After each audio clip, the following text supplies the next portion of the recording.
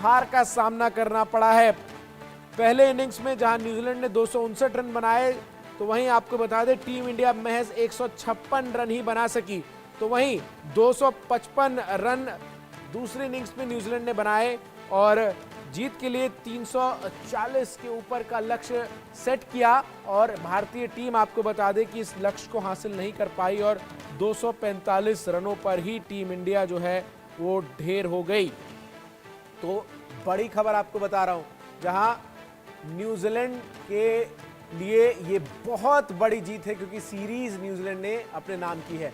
अनिल ठाकुर हमारे सहयोगी news room से तमाम अपडेट्स के साथ जुड़ रहे हैं। अनिल, ये जो मैच जिस तरीके से टीम इंडिया खेल रही थी, लग ही नहीं रहा था कि टीम इंडिया जो है वो भारत में मैच खेल रही है, और करारी शिकस्त बैक टू बैक दूसरे मुकाबले में, और न्यूजीलैंड ने इतिहास रचते हुए सीरीज भारत की सरजमी पर जीत ली। बिल्कुल चंदन, देखिए जिस तरह से भारतीय टीम का प्रदर्शन पिछले 2 मैच में देखने को मिला है, उसका नतीजा ये है कि भारतीय टीम को 12 साल बाद जो है घरेलू मैदान पर हार का सामना करना पड़ा है। और मैं तो ये कहूँगा कि ये इंडिया वर्सेस न्यूजीलैंड मैच नहीं था, ये इंडिया वर्सेस मिशेल सेंटनर था, क्योंकि उन्होंने 13 विकेट एक ही में झटके हैं।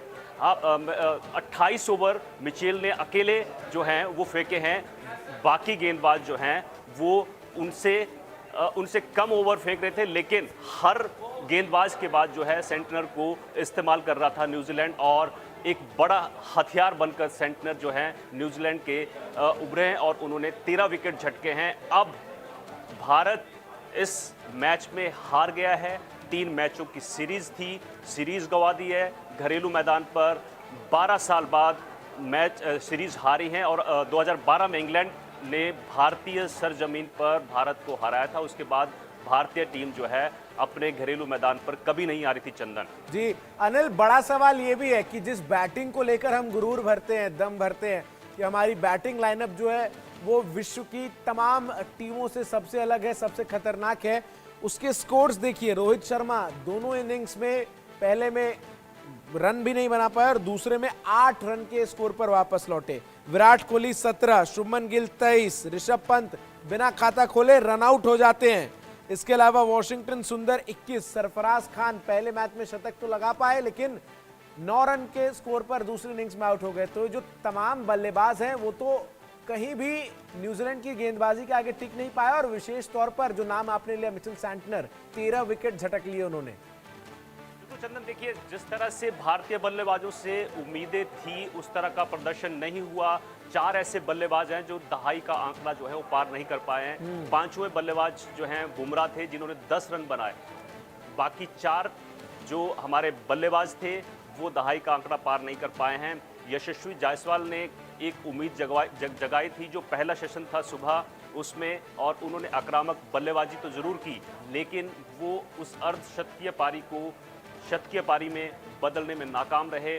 और जो स्लिप में कैच दे बैठे, सेंटनर की गेंद पर रोहित शर्मा आउट होते हैं।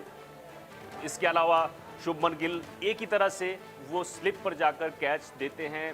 विराट कोहली से उम्मीद थी, विराट कोहली खेलने आते हैं, लेकिन वो भी सस्ते में निपट जाते हैं। ऋषभ पंत रन आउट होते हैं। जिस तरह से ऋषभ पंत आउट हुए, मुझे नहीं लगता कि इस तरह जल्दबाजी करनी चाहिए थी, क्योंकि भारत के पास टाइम बहुत था। ये तो तीसरे दिन का ही खेल था अनिल। और सवाल अब ये भी खड़े हो रहे हैं कि हम अब भारत में ही कैसी पिचेस बना रहे हैं कि हमारे बल्लेबाज जो हैं वो नहीं खेल पा रहे हैं। इससे पहले हमने देखा कि भारतीय पिचों पर कोई और विदेशी टीम आकर मैच जीत जाए, यही असंभव सा नजर आता था, खास तौर पर एक दशक की मैं बात करूं। लेकिन ऐसी कैसी पिच बनाई जा रही है इस सीरीज में कि हमारे खुद के बल्लेबाज जो हैं वो गेंदबाजों को नहीं खेल पा रहे हैं, और दूसरा कि हमारे जो गेंदबाज हैं वो फिर उस तरीके से भी गेंदबाजी नहीं कर पा रहे हैं। हमने देखा न्यूजीलैंड की टीम की गेंदबाजी भी अगर हम विशेष तौर पर देखें, वॉशिंगटन सुंदर एक एक्सेप्शन नजर आते हैं, उन्होंने भी शानदार गेंदबाजी की दोनों इनिंग्स में, लेकिन इसके अलावा बाकी जो गेंदबाज हैं वो उस तरीके से आक्रामक नहीं नजर आए पूरे मैच के दौरान। तो पिच को लेकर भी इस मुकाबले के बाद और इस सीरीज के बाद विशेष सवाल जो है वो उठेंगे अनिल। बिल्कुल, देखिए पिच पर सवाल उठेंगे, लेकिन मैं एक बात बता दूं कि भारतीय टीम एक ऐसी टीम थी जिसकी फिरकी पर दुनिया नाचती थी, लेकिन आज भारतीय टीम जो है वो न्यूजीलैंड की फिरकी पर नाच रही थी, सेंटनर की फिरकी पर नाच रही थी। हालांकि वॉशिंगटन सुंदर ने भी पिछले मैच में 7 विकेट लिए हैं। और स्पिनर्स जो हैं, ये स्पिनर्स के लिए पिच थी, स्पिनर्स ने अच्छा काम किया, लेकिन बल्लेबाजी में भारत कहीं पिछड़ गया। आपको याद होगा बेंगलुरु मैच में भी पहली पारी में 46 रनों पर भारतीय जो पहली पारी थी वो सिमट गई थी। ठीक इसी दूसरे मैच में भी ऐसा ही हुआ, चलते बने 156 रन पे ऑल आउट होगी भारतीय टीम। भारतीय टीम को रुक कर खेलना चाहिए था।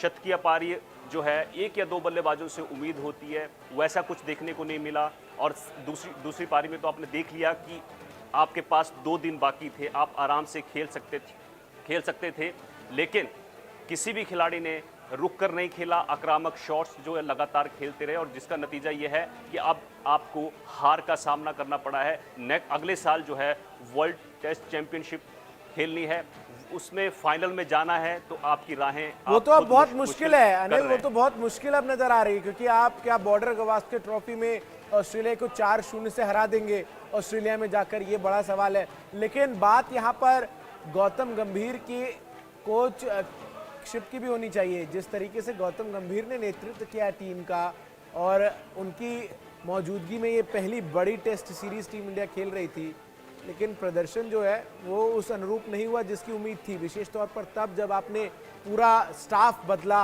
आपने मॉनी मॉकल को बतौर बॉलिंग कोच जो है वो शामिल किया, लेकिन ये तमाम एक्सपेरिमेंट्स गौतम गंभीर के सफल होते तो नजर नहीं आ रहे।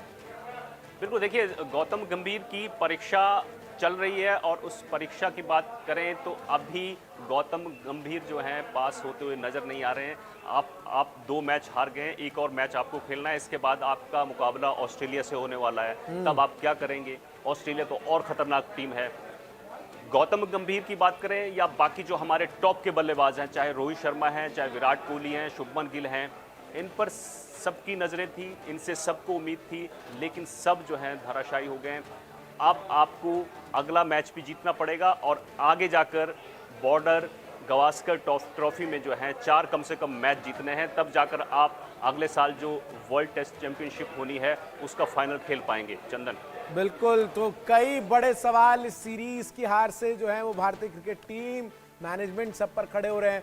बहुत बहुत शुक्रिया अनिल आपका हमारे से जुड़कर विस्तार से जानकारी देने के लिए। तो टीम इंडिया ने सीरीज गंवा दी है और न्यूजीलैंड ने 113 रनों से मैच